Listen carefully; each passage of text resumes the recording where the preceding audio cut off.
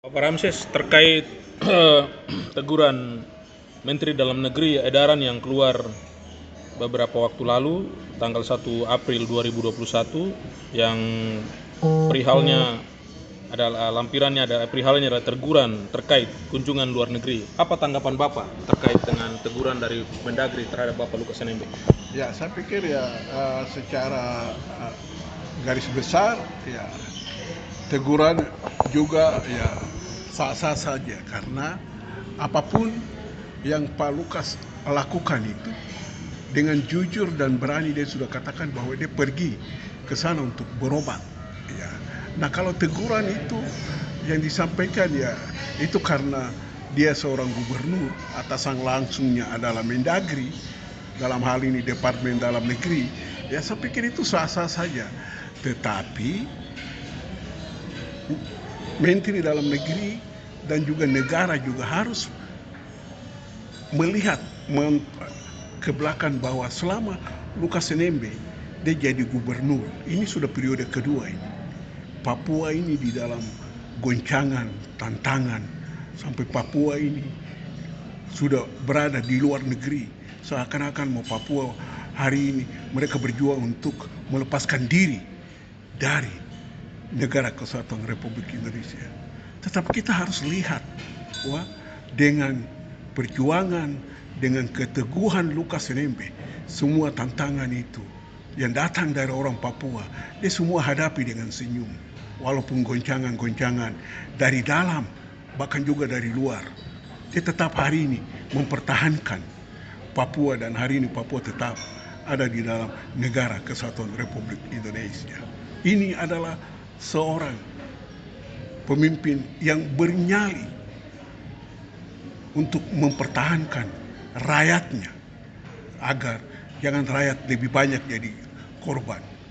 Nah, untuk itu negara harus memperhatikan bahwa profil Lukas NMB dia adalah putra Papua terbaik yang hari ini ya negara harus beri dia suatu dukungan yang penuh bahwa dia bisa mempertahankan Papua yang besar ini demi kepentingan bangsa dan negara. Itu yang saya lihat. Yang kedua, ya saya lihat apa yang dia lakukan itu dalam menyeberang ke ya kita harus lihat dulu dari beberapa sisi. Ya. Dia bukan berada, Lukas pergi bukan ke Vanuatu, ya. Dia pergi ke Vanimo, karena Vanimo dia melewati jalan tikus sampai naik ojek pun, ya. Nah dari sisi seperti ini kita lihat bahwa jangan kita persalahkan melihat Lukas dulu, tetapi Pak Lukas juga harus hati-hati terhadap semua staf yang dia percayakan hari ini bersama dengan mereka, baik itu sekprinya, semua kepala-kepala bagian, yang semua orang kepercayaan yang ada di Lukas ini ada di sekitar dia itu, ya seberapa jauh mereka bisa mengawasi Pak Lukas. Memang dia sakit dalam hal dia ke Vanimo itu untuk berobat, tetapi ada pelanggaran kecil yang dia lakukan karena dia seorang gubernur, ya. Harus protokolnya juga harus dijaga secara ketat. Nah harus disiapkan surat-surat.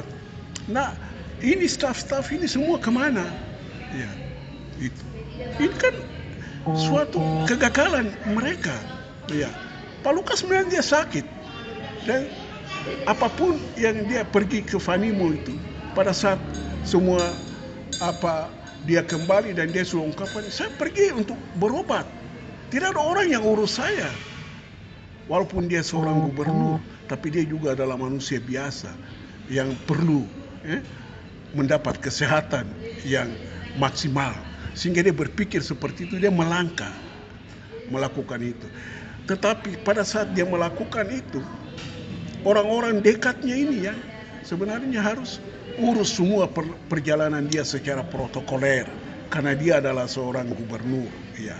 Walaupun dia sudah pergi dengan jalan tikus, tetapi surat-surat bisa mereka urus dari belakang, dan mereka lapor bahwa dia bukan pergi ke Papua Nugini, ya toh, bukan ke Vanuatu, ya toh. Dia pergi itu ke Vanimo. Vanimo itu adalah batas wilayah dari orang Skov sebagai tanah adat, ya toh. Orang Fanimo dia punya tanah itu ada di Skov. Orang Skov punya tanah juga ada di Fanimo. Ya. Jadi itu secara hukum adat dia hanya melewati itu semua. Ya. Tetapi yang saya hari ini kecewa itu terhadap staf-staf di sekeliling Lukas itu. Sampai dia bisa jalan tikus, ya, naik ojek, ya. Dan bagi saya ini sesuatu negara harus melihat dulu. Ini skenario sebenarnya yang dibangun oleh siapa? Apakah mau menghilangkan Lukas dalam perjalanan? Ya. Sampai dia bisa lakukan seperti itu. Bisa saja. Mungkin hari ini Tuhan tolong dia pergi berobat dan bisa pulang selamat. Kalau terjadi di dalam perjalanan, terjadi penculikan atau apa, ya, yang rugi siapa hari ini? Yang rugi adalah negara, juga yang rugi adalah rakyat Papua. Bahwa profil pemimpin seperti Lukas yang bernyali, tinggi dan berani mengatakan benar-benar salah-salah. Dan ini telah terbukti dalam sikap dan perilaku Lukas. Kemarin mereka begitu wawancara dia dalam perjalanan pengobatan dan pulang, dia kata, saya pergi untuk mau berobat. Ya, tidak ada yang urus saya. Kalau memang dia pergi berobat tidak ada yang urus saya, pertanyaan saya, ini semua staf di kelilingnya ini semua lari kemana? Ataukah mereka sengaja menskenariokan untuk mau membunuh Lukas? Ya. Wajar kalau berterima seperti itu, berpikir seperti itu. Iya. Ini kita semua terjadi bahwa hari ini dia masih hidup, jadi kita katakan bahwa dia pulang dengan selamat. Tapi kalau terjadi sesuatu kemarin, kalau terjadi sesuatu, ya kita tidak tahu. Ya, penculikan di perjalanan ini juga semua tidak tahu, dan semua orang dekat yang sampai bisa merancang Pak Lukas itu sampai tiba dan berobat ini perlu diselidiki, bukan hanya Lukas saja, ya. Dan yang ketiga saya lihat negara tidak perlu khawatir lagi, ya, terhadap perjalanan Pak Lukas ke Fanimo berobat itu. Lukas sudah membuktikan bagi Indonesia bahwa hari ini Papua ada di dalam pangkuan negara Republik Indonesia. Jadi terus apa yang kamu ragukan dari diri Lukas? Ya.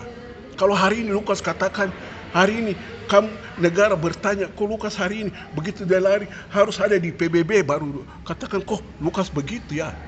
Tapi dia tidak. Ya, seorang profil Lukas itu dia seorang pemimpin yang jujur. Saya mau tekankan itu, bahwa apa yang dia katakan salah, ya salah. Yang benar, ya benar. Apalagi itu beliau sudah lakukan pengakuannya. Ya, apalagi dia sudah mengaku. Dia bilang saya bersalah. Ya, memang saya bersalah karena saya pergi untuk berobat. Ya, secara protokoler memang dia tidak lakukan. Tetapi apakah itu harus kita persalahkan pada Lukas? Ini staf-staf di sekeliling dia ada di mana? Mereka urus apa? Negara bayar mereka untuk apa? Ya. Jangan senangnya Lukas mereka datang bahwa mereka katakan bahwa saya sudah. Saya ini Ramses Walu Yondofolo yang berjuang dengan Lukas Nmb 2 periode. Hari ini menjadi Lukas dia ada menjadi gubernur. Tapi saya belum ada di sekeliling dia. Kalau saya ada di situ, Pak Lukas tidak mungkin akan begini. Saya tahu. Dan saya bisa berbicara kepada negara bahwa dia pergi untuk berobat. Ini suratnya, ini kita ada tangani urus. Itu. Pak Ondo bisa memberikan garansi. Ya, garansi bahwa ini bagaimana orang yang di sekeliling dia memberikan garansi untuk Lukas Nmb. Berarti mereka tidak punya kompeten, ya? Ya, mereka juga tidak punya jaringan kepada negara ini. Ya. Pak Lukas harus pakai orang-orang yang punya jaringan. Pada saat perjalanan seperti ini, dia aman aja. Dia bisa katakan kalau seandainya saya ada di sekitar dia, bilang, Ondo, urus surat dulu. Saya hari ini ada mau menuju ke Fanimo mau berobat. Pak Gubernur jalan aja, nanti surat saya akan urus dari belakang. Itu barang apa? Kecil saja kok. Ini kegagalan orang dekat, ya, yang tidak tahu sistem negara ini mau bawa kemana. Ini pejabat ini, kita kawalnya mau kemana. Jangan hanya ada di sekitar Lukas untuk menikmati keenakannya saja. Tapi di saat dia sakit seperti ini, di saat ada masalah, tidak beri kontribusi dan jalan keluar, tidak memberikan pendapat. Pak Gub harus seperti ini. Ini kegagalan orang dekat. Jadi tidak serta-merta kesalahan ini dilemparkan kepada Pak Gubernur, tetapi staf atau bawahan dia juga ikut terlibat dalam kondisi ini. Ya memang orang-orang terdekat yang selama ini anggap bahwa kepercayaan Pak Lukas hari ini, kenapa harus terjadi seperti ini? Orang-orang terdekat ini. Saya juga bertanya, jangan-jangan orang terdekat juga ikut terlibat menskenariokan kondisi ini. Iya, itu. Dan saya rasa bahwa negara dalam hal seperti ini ya hadapi dengan masalah seperti ini itu suatu kesalahan sedikit yang beliau lakukan. Tapi apalagi Pak Lukas sendiri sudah mengaku bahwa saya pergi untuk berobat. Oke, baik. Saran Bapak terakhir terkait surat edaran dari Pak Menteri ini, apa masukan Bapak terhadap Menteri Dalam Negeri?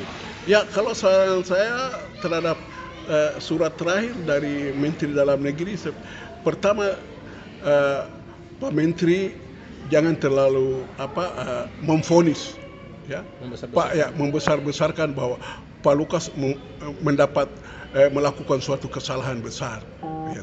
Tapi ini kesalahan yang dilakukan ini, ya sebagai gubernur ini protokoler ini perlu dijaga, diawasi. Tetapi staf-stafnya ini tidak pernah mengurus, ya, memberikan masukan yang benar positif, sehingga mereka bisa lakukan untuk membackup secara baik. Yang kedua, Menteri Dalam Negeri juga harus melihat ke belakang selama 10 tahun ini, rekam jejak Pak Lukas NMB ini dalam mempertahankan negara kesatuan Republik Indonesia di dalam pangkuan Ibu Pertiwi di Papua ini. Itu sesuatu pekerjaan yang sangat berat, tapi profil seperti Pak Lukas dia bisa mengawal NKRI sampai hari ini, sampai dia akan berakhir masa jabatan juga Papua tetap dalam NKRI. Terakhir Pak Ondo, untuk menutup diskusi kita atau sharing kita, wawancara kita, apa pesan Bapak terhadap Bapak Lukas? Ya, pesan saya bahwa Pak Gubernur yang terhormat, bahwa hari ini semua peristiwa yang terjadi pada dirimu itu adalah Tuhan masih mengasihimu. Sehingga Tuhan mengingatkan di saat hari Paskah, baru Tuhan mulai melakukan suatu peringatan kepada Pak Lukas. Untuk itu Pak Lukas, Ondo mohon agar setelah semua masalah ini akan berlalu, Pak Lukas harus memilih orang-orang di sekeliling yang betul-betul menjaga dan mereka betul-betul mengerti tentang protokoler. Mereka juga menguasai jaringan, baik itu jaringan nasional, daerah, dan orang-orang yang betul-betul memahami, sehingga peristiwa seperti ini jangan terjadi lagi. Sebab hari ini Tuhan mengingatkan, hal ini mengingatkan Pak Gubernur untuk lebih hati-hati lagi, bahwa selama ini orang-orang yang kau percayakan ada di sekelilingmu juga perlu dievaluasi secara ketat. Sebab biasa Yudas juga ada di tengah-tengah Tuhan Yesus, dan pada akhirnya mereka juga menjual Tuhan Yesus. Ataukah ada orang-orang yang di sekelilingmu, mereka adalah badan-badan Esau, tapi suara-suara Yakub. Baik, terima kasih Pak